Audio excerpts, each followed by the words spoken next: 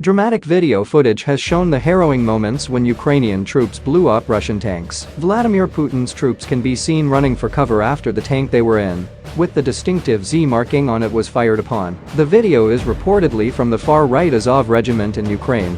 The clip shows an amphibious BTR-4 firing at two Russian vehicles in Mariupol, southern Ukraine. The BTR-4 is a Ukrainian amphibious armored personnel carrier, first used in the previous Russian-Ukrainian war in 2014. This armored vehicle is equipped with a 30mm gun. As the Russian vehicles attacked in the latest video are reportedly BTR-82A armored personnel carriers and T-72B3 tanks. In the video taken from inside the BTR-4, the gunner follows the tracks of the Russian tank in front of the camera. Then the BTR-4 guns were aimed at the Russian armored personnel carrier hidden behind a wall of tires and boxes. Furthermore, when the Russian soldiers searched for the source of the attack, the tank they were driving was blown up multiple times. The 30mm BTR-4 cannon is operated by remote control. The photoelectric camera system projects outside images onto a screen inside the vehicle. All other aiming work is done by the computer, making the firing reaction speed extremely fast. The shooter can also touch the screen to zoom in on the target area. Insane footage of a Ukrainian gunner from an APC BTR-4 during a raid by Russian troops on Mariupol. Apparently, Russian BTR-82A and T-72B3M tanks were destroyed. While the BTR-4 shouldn't be able to penetrate the tank's armor, it's possible that the T-72B3's tracks, wheels, or sight were destroyed, causing the explosion seen in the video. Russia has suffered heavy military losses since the start of the invasion. The country's military has also come under fire for allegedly targeting civilian areas. On Sunday local time, a shocking image emerged showing an unexploded Russian missile after it hit the kitchen ceiling in Kharkov. Imagine, it's Sunday morning and you are sleeping with your children, tweeted the Ukrainian government account, which also shared the image. Russia continues to deny that it fired at non-military targets. Putin's troops are also accused of opening fire on an elderly home that killed 56 people in eastern Ukraine.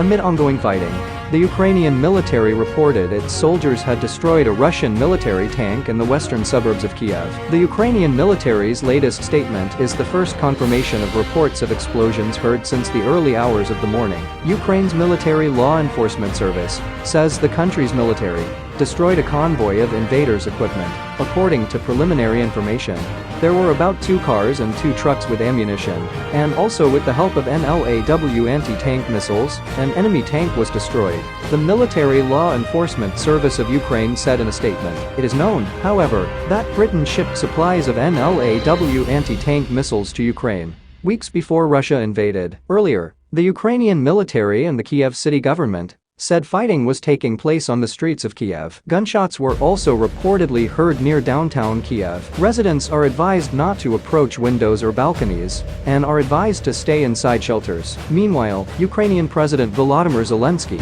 stated that Russian troops would attempt to seize the capital city of Kiev within hours. He warned that the situation would be very difficult, and Ukraine's fate would be decided now.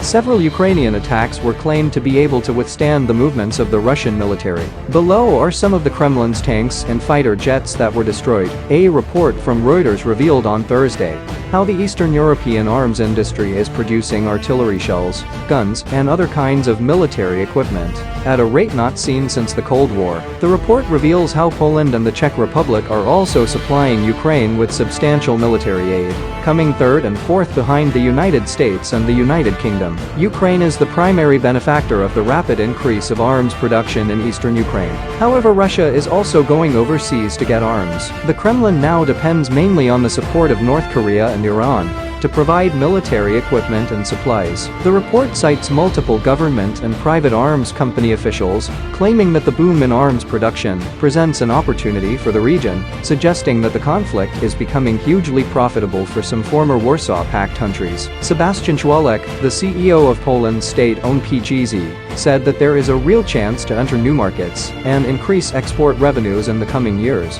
when taking into account the realities of the ongoing war in Ukraine and the attitude of many countries now looking to increase their defense spending. The report indicates that not only are weapons manufacturers cashing in on the conflict, but that the expectation of experts is that the conflict will continue for the foreseeable future. The dramatic increases in weapons production and spending also appear to support a suggestion by former British Prime Minister and Foreign Secretary Liz Truss, who said in May that the war in Ukraine could last another 10 years. While defense contractors in Europe profit from the war in Ukraine, European Union officials claim that the United States is profiting from the conflict. One senior EU official told Politico this month that President Joe Biden's administration is profiting from the conflict, while European countries are suffering. The fact is, if you look at it soberly, the country that is most profiting from this war is the US because they are selling more gas and at higher prices, and because they are selling more weapons, the senior official claimed. Joseph Borrell, a top EU diplomat, also called on the US federal government to respond to these concerns, claiming that the decisions made by the Biden administration are having an economic impact on Europe. However, the White House has rejected the claims, insisting that rising gas prices in Europe were caused by Putin's energy war against Europe, following a decision by Moscow and Kyiv to extend the grain deal that was brokered by the United Nations. Ukrainian President Volodymyr Zelensky spoke with Turkish President Tayyip Erdogan over the phone on Friday.